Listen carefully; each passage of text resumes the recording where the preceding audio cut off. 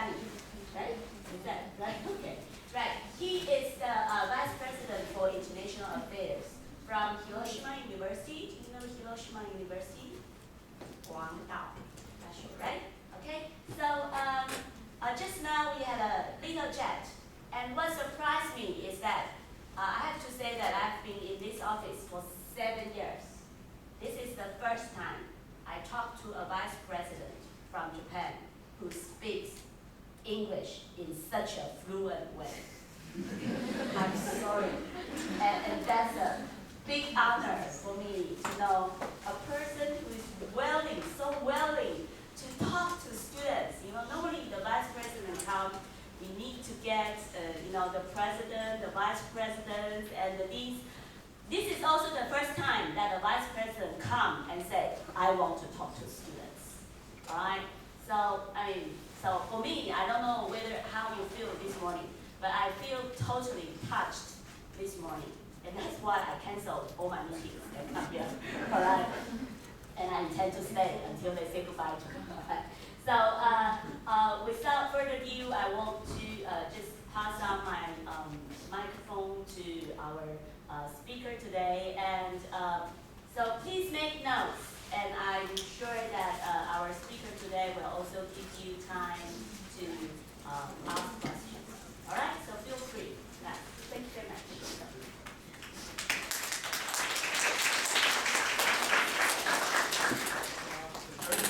In the microphone. I always prefer to speak without the microphone. Can you hear me? All right. I know. There are a few topics I want to talk about. Those are something we are going to talk about. And then, first I want to start with a kind of big picture of what's happening in the world. And also, if you think that I'm speaking too fast, just let me know, because I usually speak very fast in Japanese or in English. So I want to show you the big picture of what's happening in the world in the higher education, in the university level.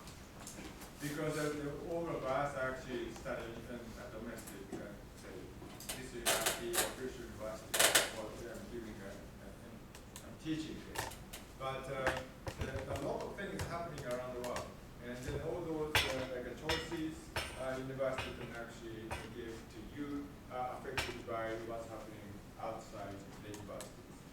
Partly by the government, and partly by the competition between the universities, international universities, or between the countries, states, and so on. So I want to show you some of the big picture, and then also show you some of the more detailed kind of a description of what you can do if you want to come to Japan, or if you want to go to the United States or somewhere else, and so on. So because I know that some of you are very much interested in coming to Japan, or possibly to Hiroshima University, but some are maybe of other choice to study somewhere else. But still, there are some common elements. So I want to show you some of the big pictures, and I want to give you a very practical explanation too. But I want to more generalize the issue, not just to come to Hiroshima, but you can maybe choose to go to Tokyo or New York or London or somewhere. So that's something I want to talk about this morning. And then, so this is what I'm going to talk about, the big picture. But I can actually put everything in a very concise description. It's actually the competition. So what's happening in the world is the competition among students like you. Like you're actually competing the student next to you. And then the universities are actually competing. I'll show you why you actually have to compete with something you actually don't even have competing. And the universities are competing each other. And then the countries, the states are competing each other. And those are competitions, economically or in the power balance, everything is going to affect actually down to you. And I'm going to show you something more in detail. So that because of those competitions, the Japanese government and the state are kind of developed some of the policy to enhance competitiveness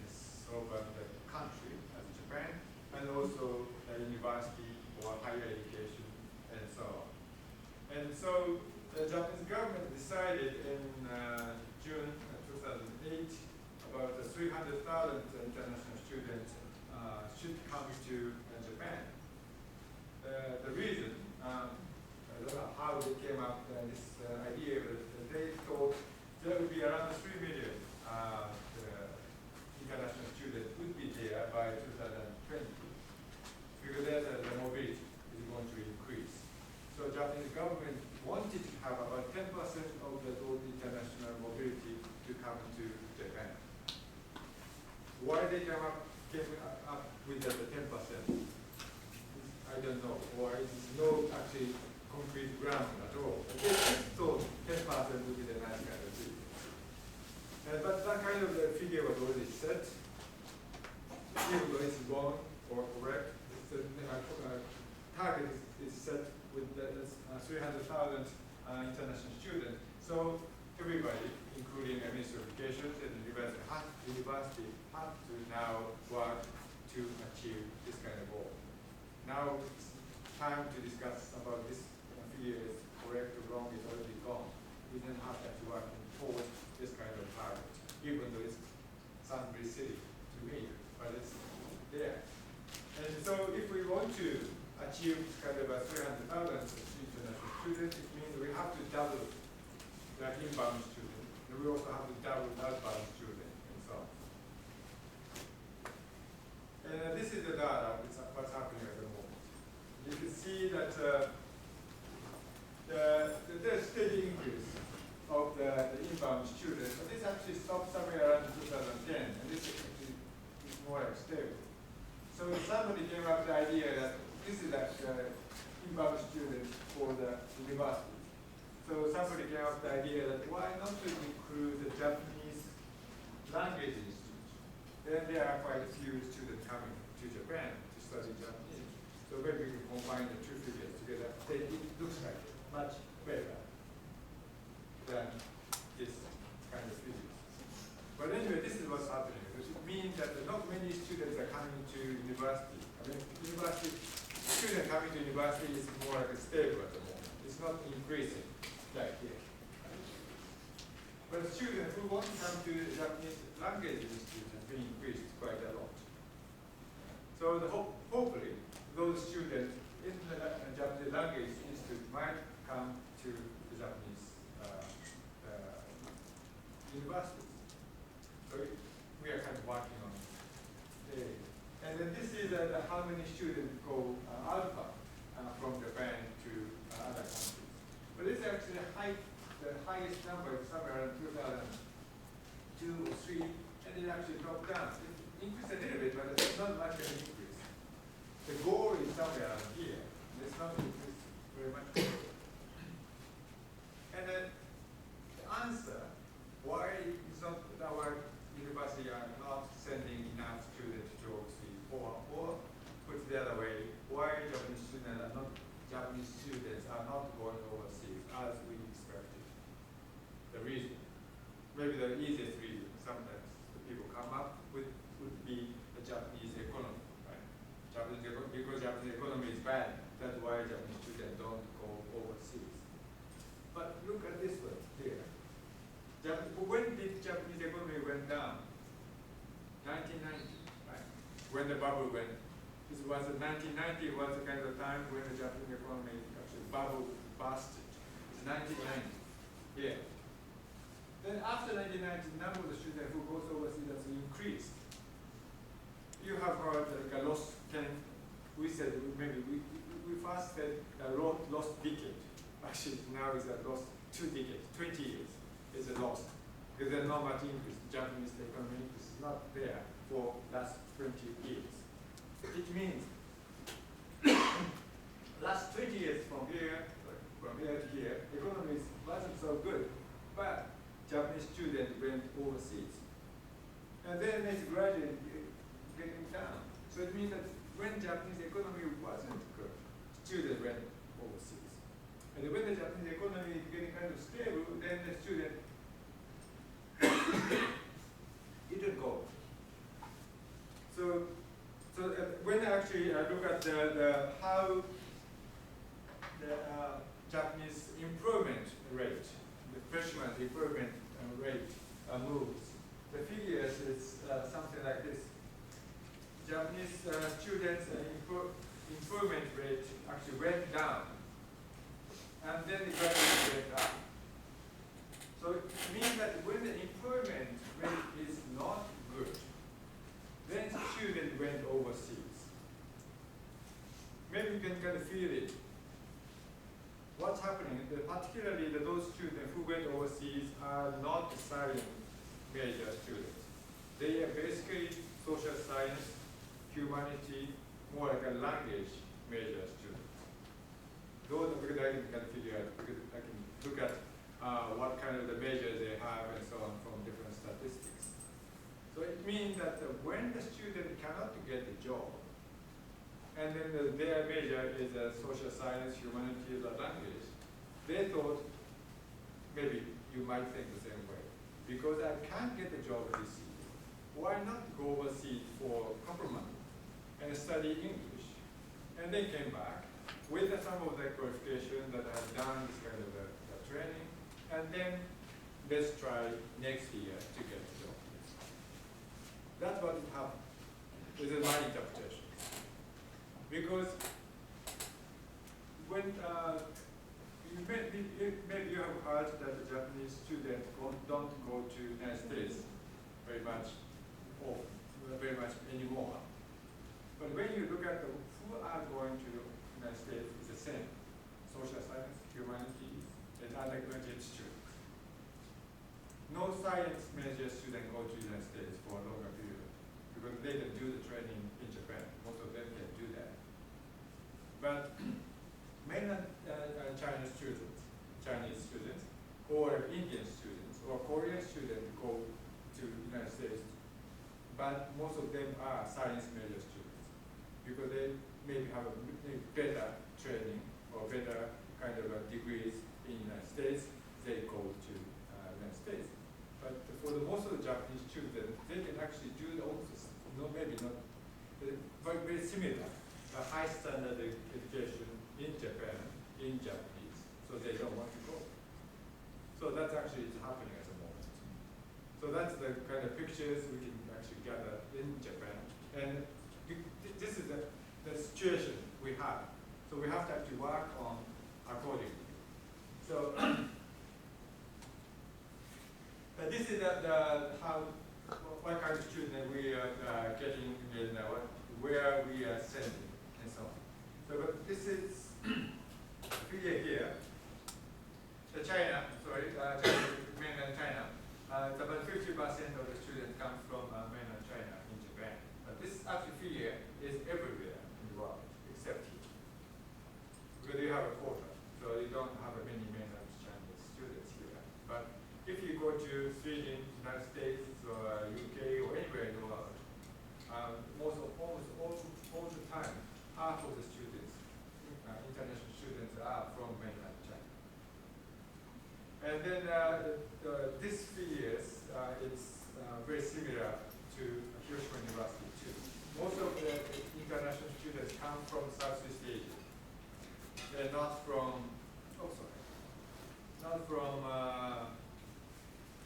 Europe or United States. And Taiwan usually comes around the 5th or 6th.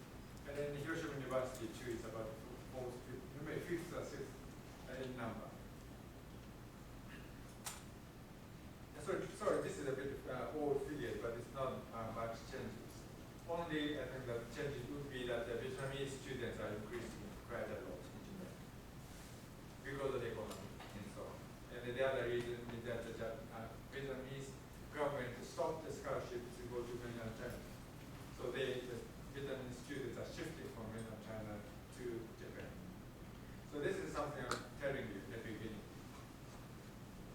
States are competing each other, and those are the economy policy affect quite a lot to actually use. What kind of scholarship is available, and what kind of door is open to you, or something close for you. So be the newspaper. Okay, this is how the Japanese students are going overseas. You can see that most of the Japanese students want to go to English-speaking countries. And then here, you can look at that China comes down here. So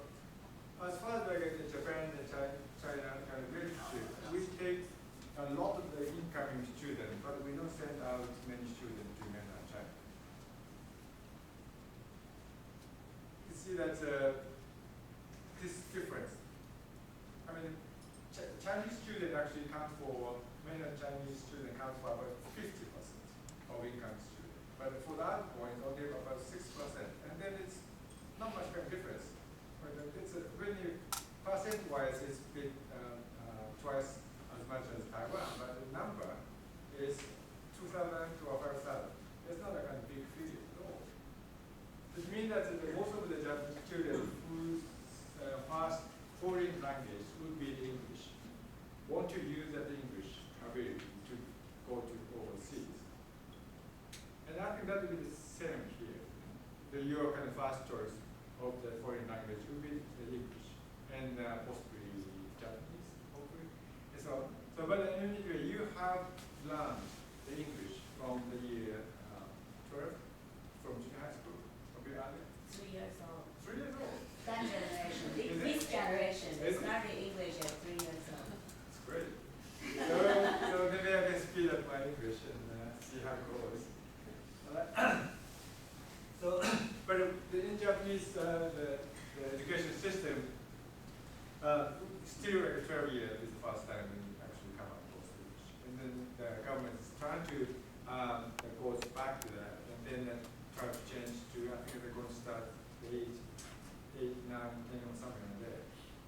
But my kind of first experience to English was when I was 12 years old. To go to school and then I started visit the ABC, the kind of thing that happened. But competitions and then economy and so on. So the Ministry of Education of Japan started some of the policy to enhance the competitivity of the universities, Japanese universities. So this is the kind of issue is maybe not interesting to you, maybe interesting for some of the officers of the university, but not for the students. So I just go to students very fast. But there are, I want to show you, the government, maybe here too, governments are trying to give the funding to the universities to work on some of the issues I maybe explained to you. Too many incoming students from mainland China, and the Japanese students are not going overseas as we expected. And then the area the Japanese students want to go will be just basically United States and some other English-speaking countries. Why not to come to Taiwan? Why not go to China or Vietnam or something like that? Because we need a variety of the talent in some market. So some of the plan was a global 30 plan. This is the more intake of the foreign students. And the reinventing Japan project is something like they set up the particular area. For example, Campus Asia, it would be China, Korea, and AIMS, which is running at the moment, would be the Southeast Asian countries, and so on. So the government choose the area and then encourages universities to develop a much closer ties with the universities there. It's all depend on this is the co-global Japan project too, and then the fourth one, global university project too. It's all competitive kind of funding for the government for the universities. To put it very simply, the university, like Hiroshima University, has to write a very kind of thick application form to the government and they get the funding. And those funding be used for sometimes employing the professors, but also be used to support students. It means that if the government can actually set up the funding, and if the university, particular university like this one, or Hiroshima University, get funding, then that's going to be beneficial for you. Then you can actually use those funding scholarship to go overseas. But it's all the competition. So like this university, or some other university has to work very hard to get funding. Because every university wants to get funding. So that way the government is trying to sort out which university is working very hard, which universities are not. Now I actually read the news, Taiwanese newspaper this morning and on the web somewhere, and I can guess what is written there because the Chinese characters between two countries.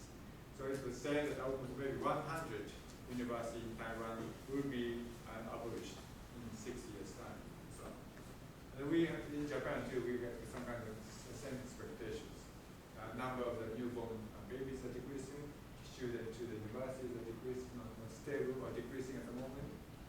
too many. You have about 150 university here in Taiwan, and the population of 1/4 of Japan. And we have about 800. So it's more than population-wise, more than Taiwan. So I think for sure that some of the universities in Japan also are going to be operational to this, or they maybe cannot run economically anymore. So that's kind of basic economy, and the governments are looking at what is going to happen, so they are kind of trying to maneuver the budget. And we're university, we have to actually play on the part of the government, what they are doing. We just can't ignore what's happening. And so the last kind of funding is the Top Global University Project. This is the biggest one at the moment. Budget-wise, it's not the biggest, but it's the most kind of popularly cited project in Japan, or sometimes in some part outside Japan too. The government has chosen altogether 37 universities and to become a very top university in the world. And then there are two types here, the type A and the type B. And 30 university was selected to be the type A university, which aims to become top 100 university in the world in 10 years' time. And then the other 24 were selected to become more like a specialized kind of universities, but also very top in that particular area. But if the university is very good at agriculture, it should be maybe top 100 in agriculture area and so on. And then this is all 34 universities, but those universities with this rectangular highlight is the top A type universities. And then you can see that the top A universities in Hokkaido and quite a few in Kanto area, meaning that the Tokyo area, and the one in Tohoku and 2 in Kinki, and then Nagoya area, and then Kyushu area, and then Hiroshima University here. But you know the former imperial university system in Japan.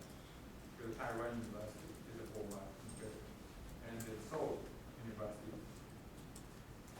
possibly was former imperial. But they said they are established in 1945, so they don't acknowledge the history before 1945. But Taiwan University acknowledged it was founded many years ago as a former imperial university. But this is actually shown, and also there are at the moment 7. Altogether there were 9 former imperial and 2 outside mainland Japan. And then the 7th actually currently exists in Japan at the moment. 7. And then the government said they're going to select 10 type A universities. And then former imperial is always a very strong government. So 7 is there, so we presume that the government is going to choose those 7. The 8th one is the Tokyo Institute of Technology. This is more like MIT type university in Tokyo. Very strong in engineering and so on. And almost 90% of the undergraduates go to a master and PhD course. So that would be the 8 out of 10. But as I said, there are about 800 universities in Japan, and out of those 800, 700 are private universities. So if the government is going to choose a top university, maybe there should be some private universities. Otherwise, there will be a lot of criticism from those 700 universities saying that the government is just supporting the national universities and not private universities. So 8, and there should be a private. Then there will be 2 big private universities in Tokyo, Keio and Waseda. It means 10 already. And the government said they're going to choose 10. And then there seems to be, all those 10 places are already reserved for those universities. Right? government say 10 will be selected for the top 100 universities, type A universities. And when I counted, 7 Imperial, Togo Institute of Technology, and 2 private, means 10. So that's why when 13 universities was, 10 universities should be selected, only 16 applied to top grade. Because most of the universities thought there's no competition there, so it's no way for our university to compete for type A and so on.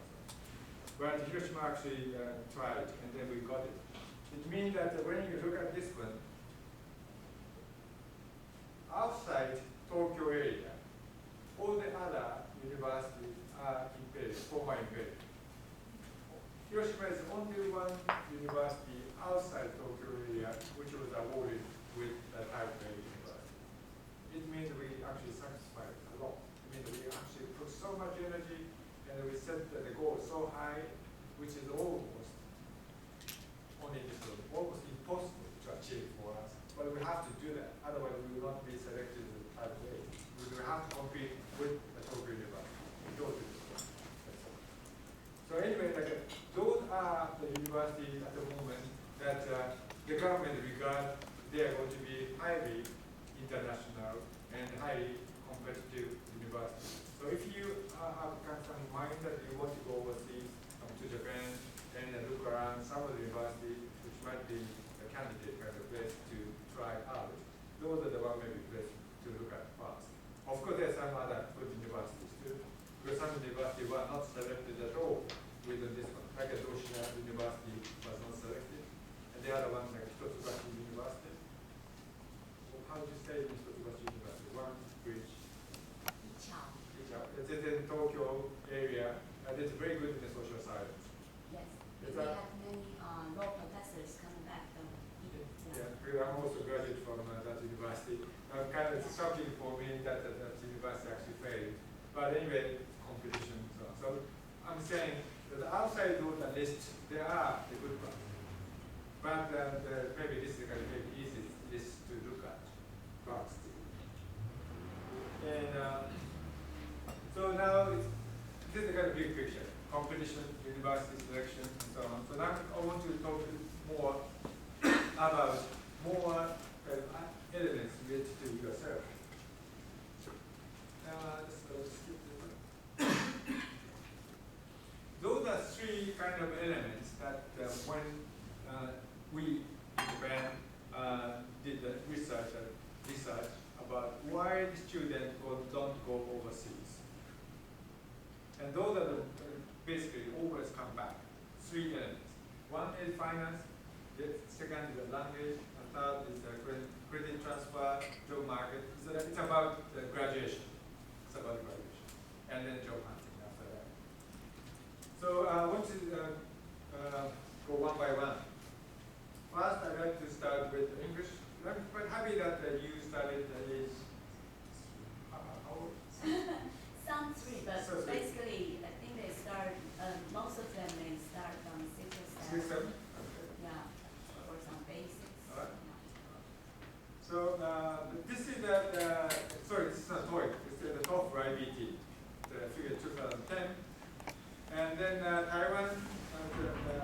Taiwanese average is 76. In Japan is down to 70.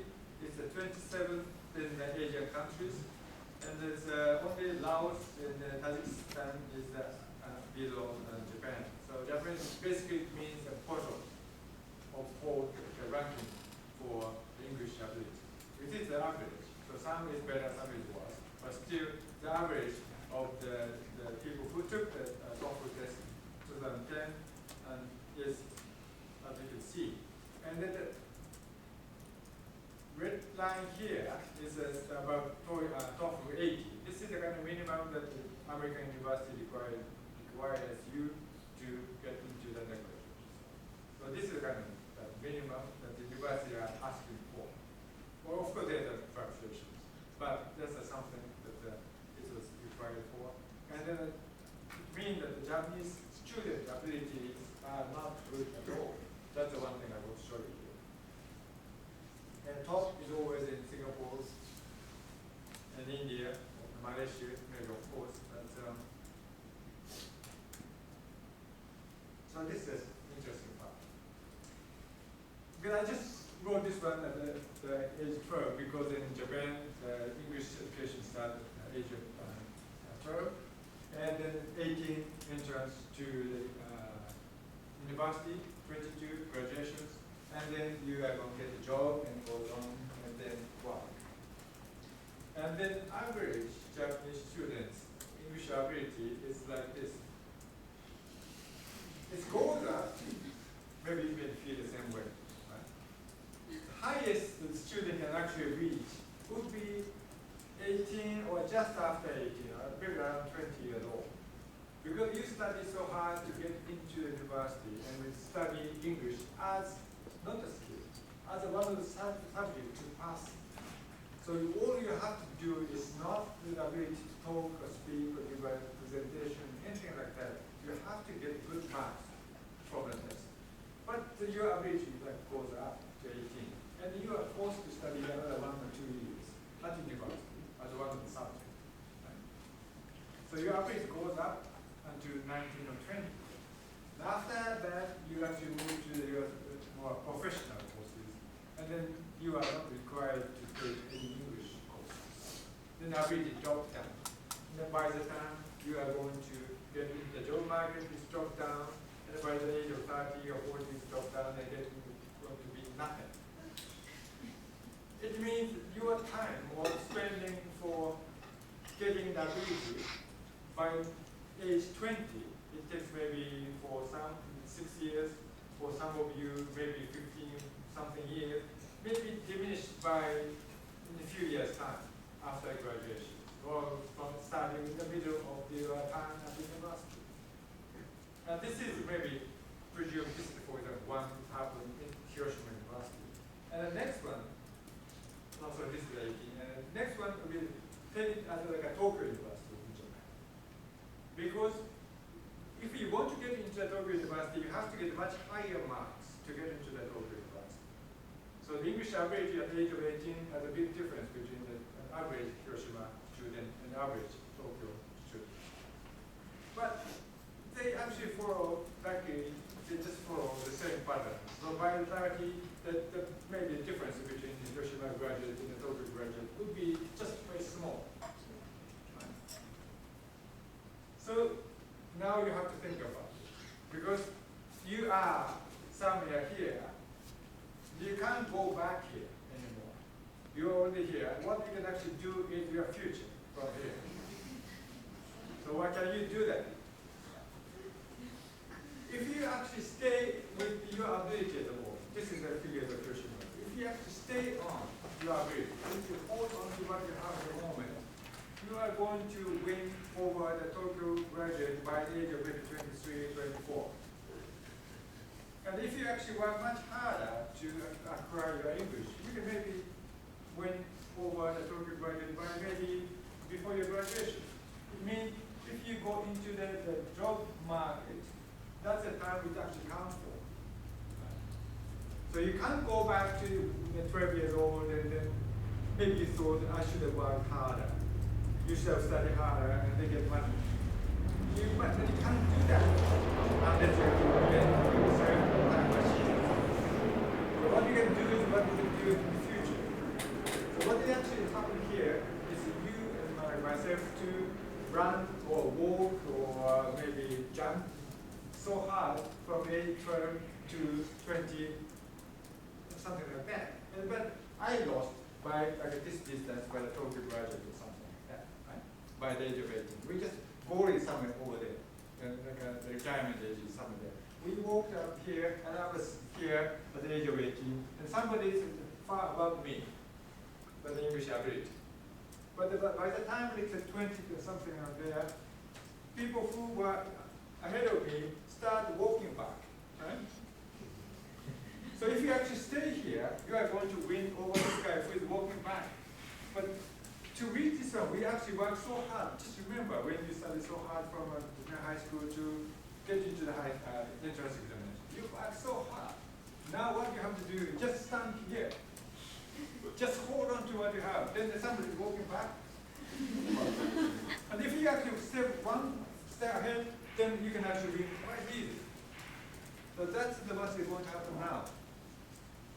So the simple kind of message from here is do a little bit of work on the English, whatever the subject you are good at. It applies not only to the English, the other subject, everything. What you have done so much to get kind of the knowledge, skill, something, just hold on to that. Then you can maybe win over to somebody. And then it counts at here, when you go into the job market. It's again competition. That's why I said in the beginning, you are competing next door all the time. But if you can do that, when you are coming into the job market, something, then you have some gain over, I don't know what kind of gain you might have, because it may be different for each other. But if you work hard, and if you just do what you are good at, then you may be better off in future. But this is something that, but most of the, maybe 90% of the students would follow, unfortunately, follow this pattern. So the university is working very hard somehow to do better kind of education in English or some other things for the student. So there are several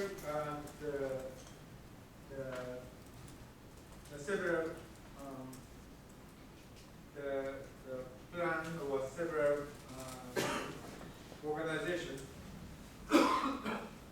for example, at Hiroshima University, to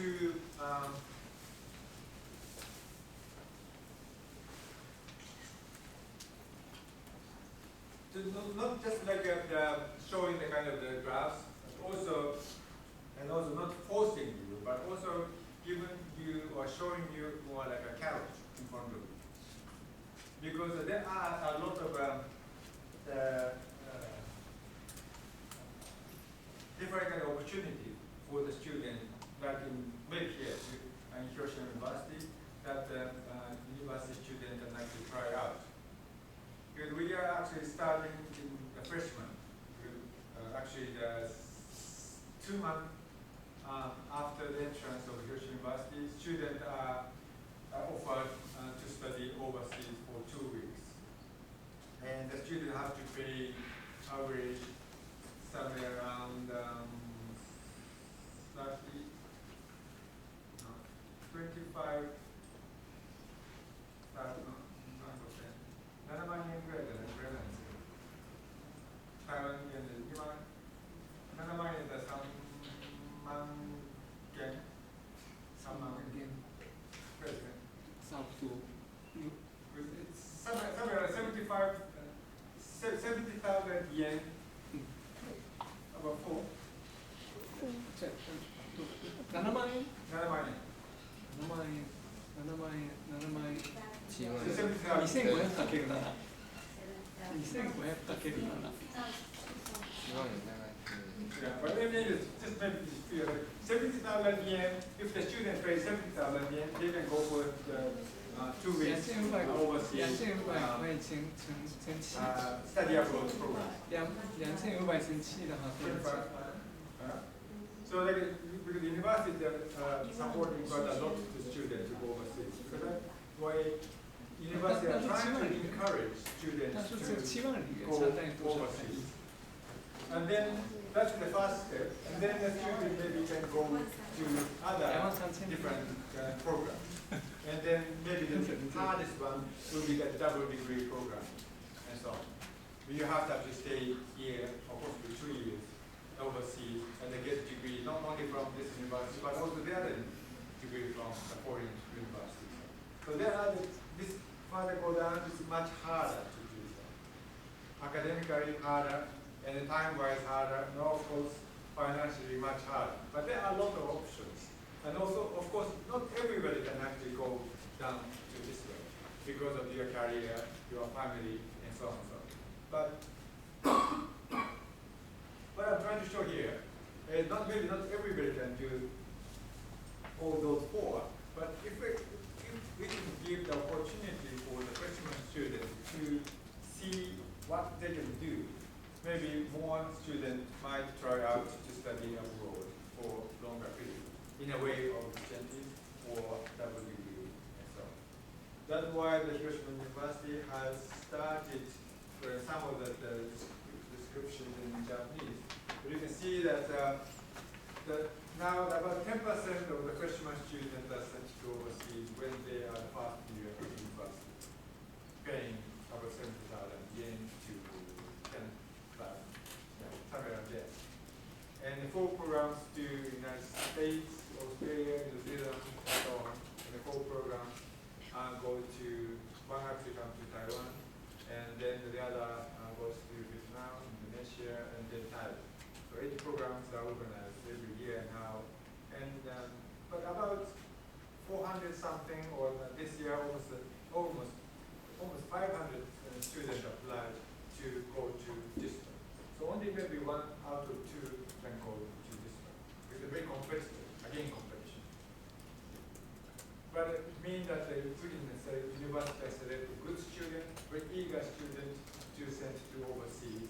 And then maybe those students might come back to go for longer period of exchanging and so on.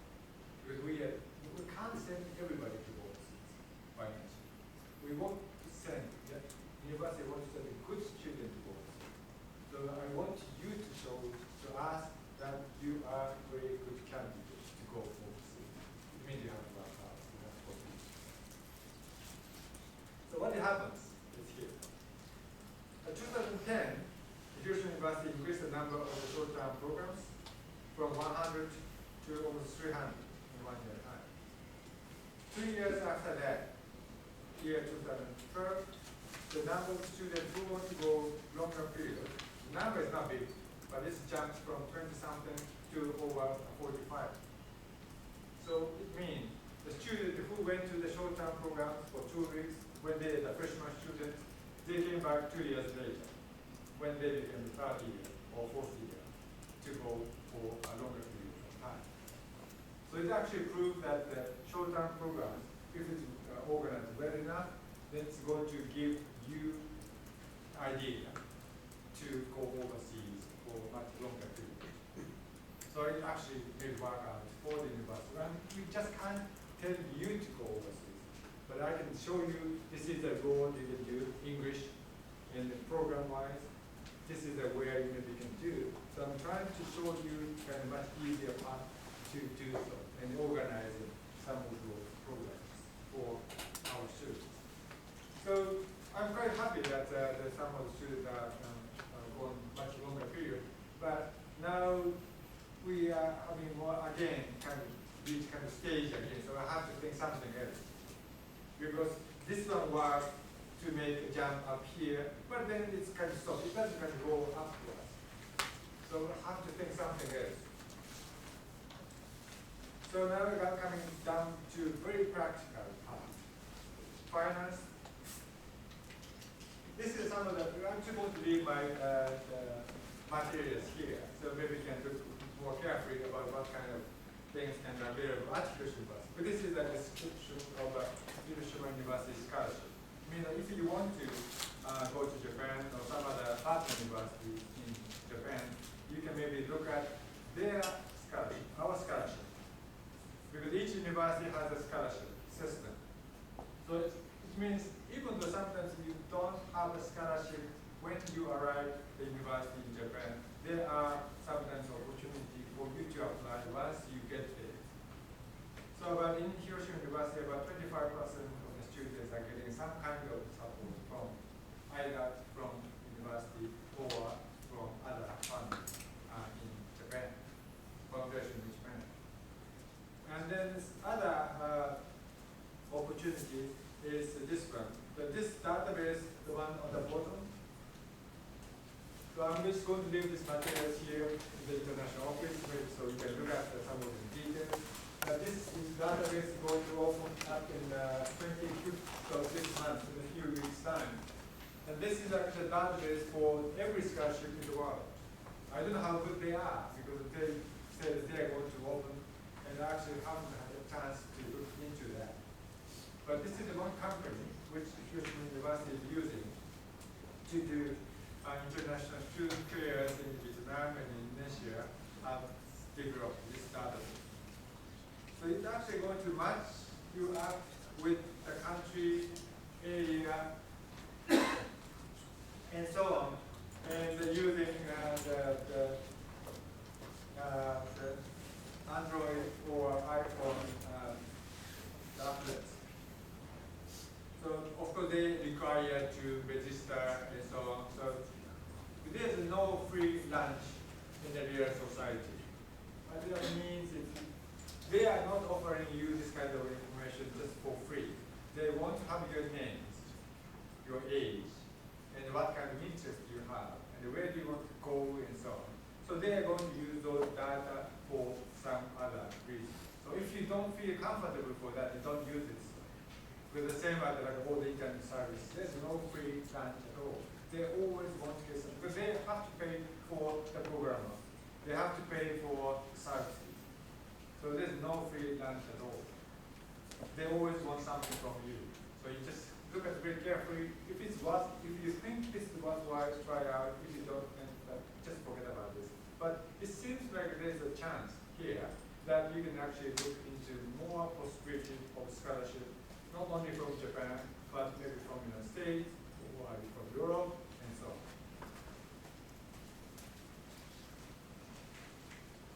But the other thing you have to think about. Now I talked about income set, what kind of scholarship you can get.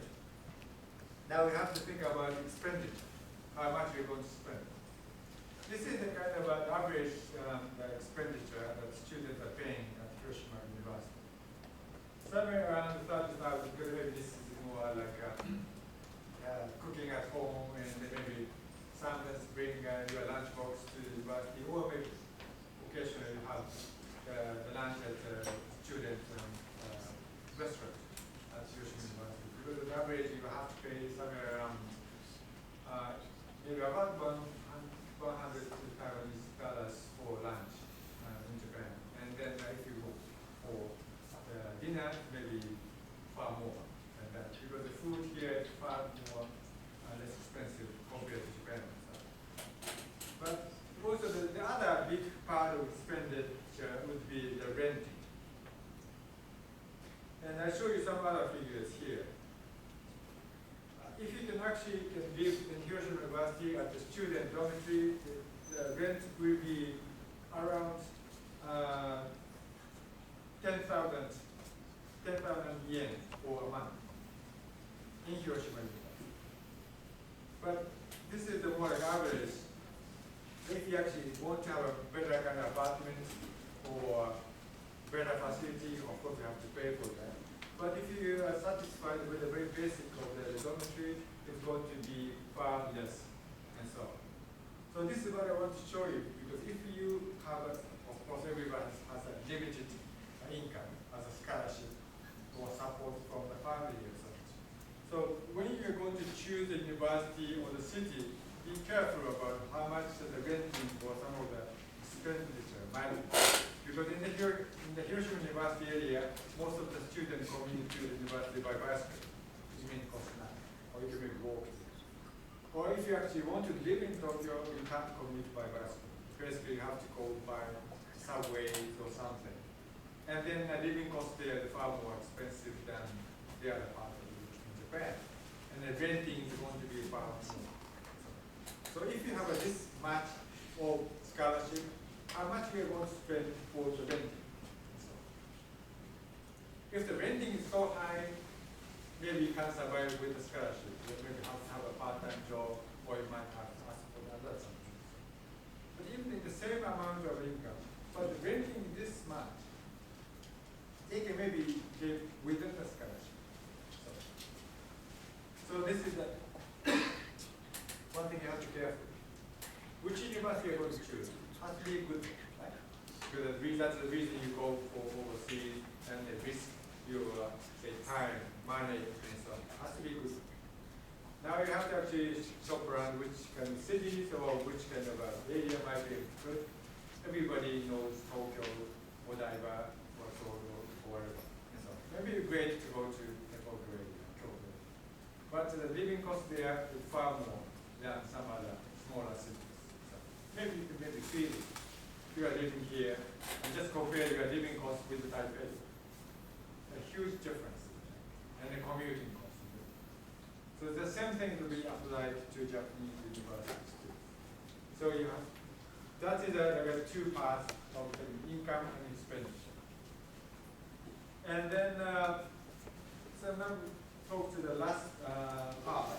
It's like when you are going to graduate, you have to think very carefully about what kind of credit, how much credit you are bringing back from overseas for your graduation. If the university have a good kind of a relationship and have a steady flow of the students, they usually have a system to convert overseas credit to back to your degrees. But plan ahead, and then you don't have to be in panic because sometimes students come back from overseas and find out you can't graduate this year because you don't have enough credit. But if you plan ahead and plan ahead with the office here and then your professors overseas, and then you know how many credits you can actually bring back here and then use those credits for the graduation and so on. That's going to affect a lot to your next job and so on. Because when you are going to graduate, it's going to affect a lot to where you can actually start looking around the job and so on. And the one thing maybe you can actually be aware of is that in Japan, it's not difficult if you apply. Getting a job is one other thing. But if you get a job, it's not difficult to convert your student visa to working visa in Japan. What it means, if you actually, for example, this is not exchanging, but if you actually get a degree in Japan, graduate from a Japanese university there, or master or whatever, then if you want to work there, then it's not so difficult to convert your student visa to working visa in Japan. This is the success rate. About 90% of the students are successfully converted from the student visa to working visa in Japan.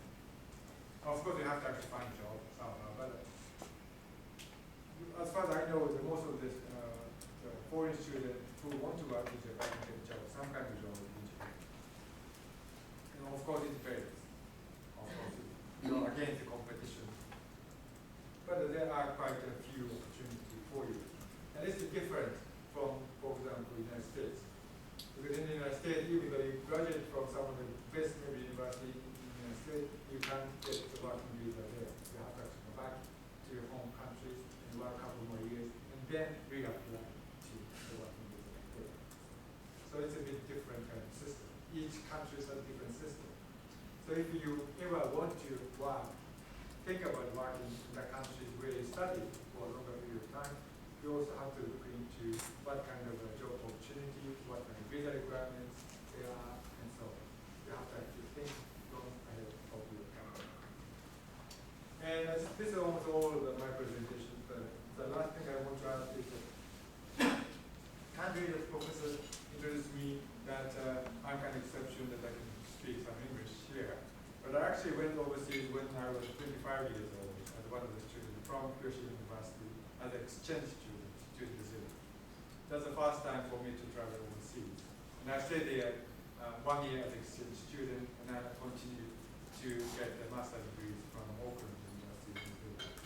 And then after that, I studied different parts of the world for several years, and I came back to Hiroshima University as a professor and worked since then for 30 years. So it's my kind of first experience to study overseas was exchange student, as you maybe are going to try now. And I didn't think that way, that's crap. I didn't think that way. My English was so bad when I got into the university because I hate English. I didn't like English at all. So my first kind of choice of the foreign language was German. So my German was sometimes much better than English. But I found that I need English to do something what I want to. So I restudied again when I was undergraduate.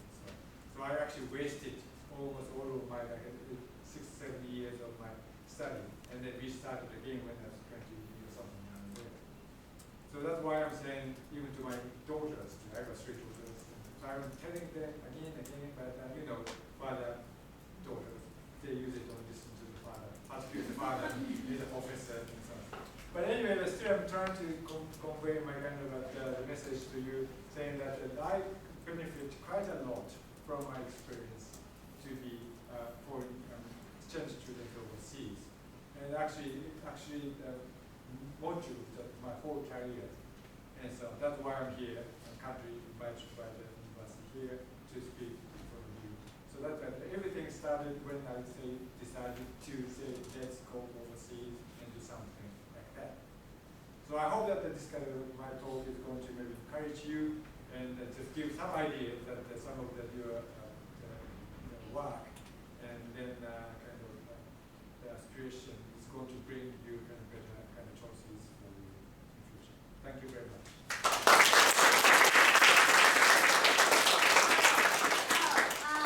We have a lot of time for questions. And before that, maybe I just give some feedback as to what we have heard, okay?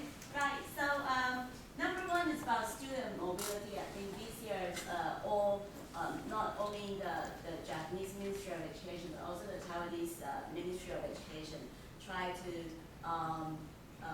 promote the mobility of students to go abroad, to not only to get a degree, but also for exchange and to learn some experience, okay?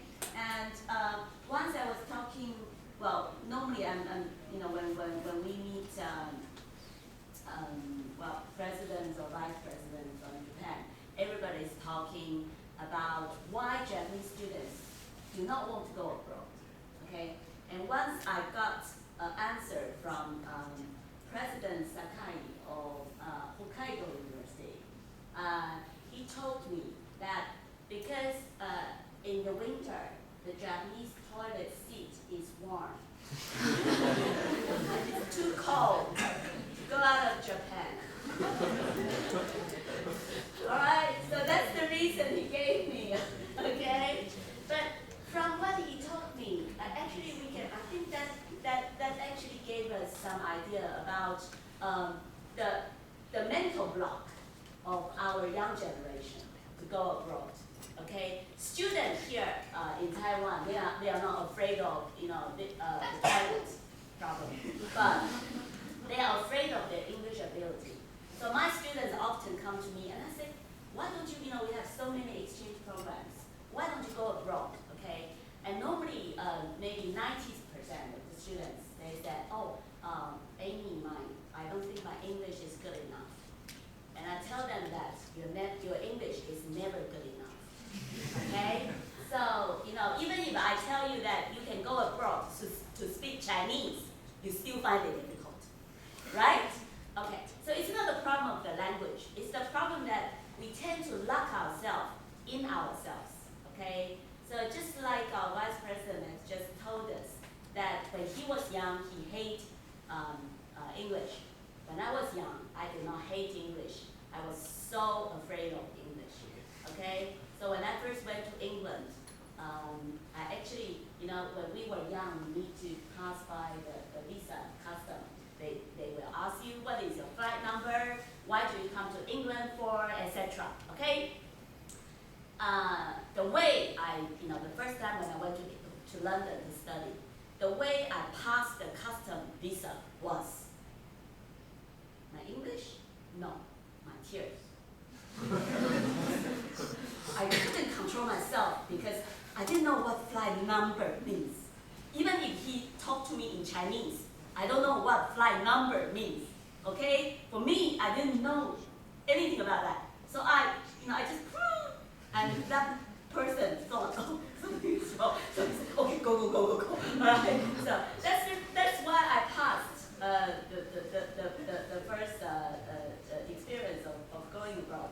So that's why maybe in the past 7 years we try to do something in this university to maybe the same efforts as you just put in. We try to push our students out as long as to get more students into this campus, because we just like Campus Asia. We believe that internationalization does not only depend on sending students out, but also to get students into this campus and to make the campus internationalized campus.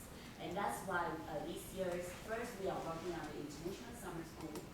Later, I think we have that pamphlet for you to refer to, and it's held in English and under the title of Global Leadership. Alright, so it doesn't matter which college the students are from, they can fit themselves into all kinds of courses to train them basically just to speak up and to tell people what they are good at and to exchange with people. That is our aim of the international summer school. And also last year we do something more. We take our students to go to Geneva to study about global issues, because there are so many NGOs, INGOs in Geneva, and so we organized 2-week courses.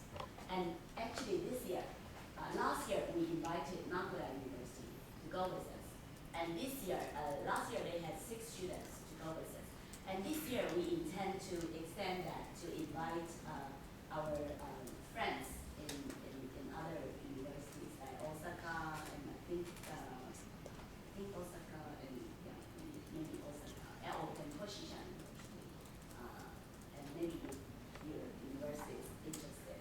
Okay, so this is basically what we want to do. But on the other hand, I also wish to say that for our young generation, maybe we first think about English, and then some people started studying German, some I think French, and Italian is more and more becoming, and Spanish. Italian and Spanish. Some young people they pick up some Italian and Spanish. But my son is in senior high school. He's studying Japanese. And the reason I told him, okay, this is my policy, not the fact. This is only my policy, my way of thinking about things. I told my son that if you have to learn the second foreign language, you need to learn Japanese. Why? Because everybody in the world, there are many people, but except certain areas, most of the people they speak English, at least conversational English, okay? But Japanese people, their English is very good, but even the young generation, their spoken English might not be that good. But actually it's not that their spoken English is not good, it's that, I don't know, somehow they feel afraid of speaking English. So if you can speak simple Japanese, then you get the chance to get very close to Japanese people. Like, my Japanese is starting from hajimemashite and some konnichiwa, oyasuminasai, that's it, okay? So, and then sayonara, so you say, oyasuminasai, and then sayonara, and then you go, okay. But because I speak 20 sentences of Japanese, and that's why I've got so many good friends in Japan, because they would start to, I start my broken Japanese, and they would start from talking to me in broken English, and maybe broken Chinese, some of them, okay? So then we become very good friends. So I think, I would very much encourage you to study some basic Japanese. It's very easy for Taiwanese people to pick up some Japanese, okay? So, can we open to questions? Please raise your hand if you have a question. Or, yes. すみません、日本語でいいんですか？あはい。では、東京で1ヶ月探してて、どのくらいかかるんですか？ You guys speak in English. Yeah, can you sorry, I'll pay you extra, okay, please. The question was how much it costs to live in Tokyo. Because I just can't give the concrete answer to that, but one of the things I can show you is that if you can't get this scholarship, this is government support the scholarship,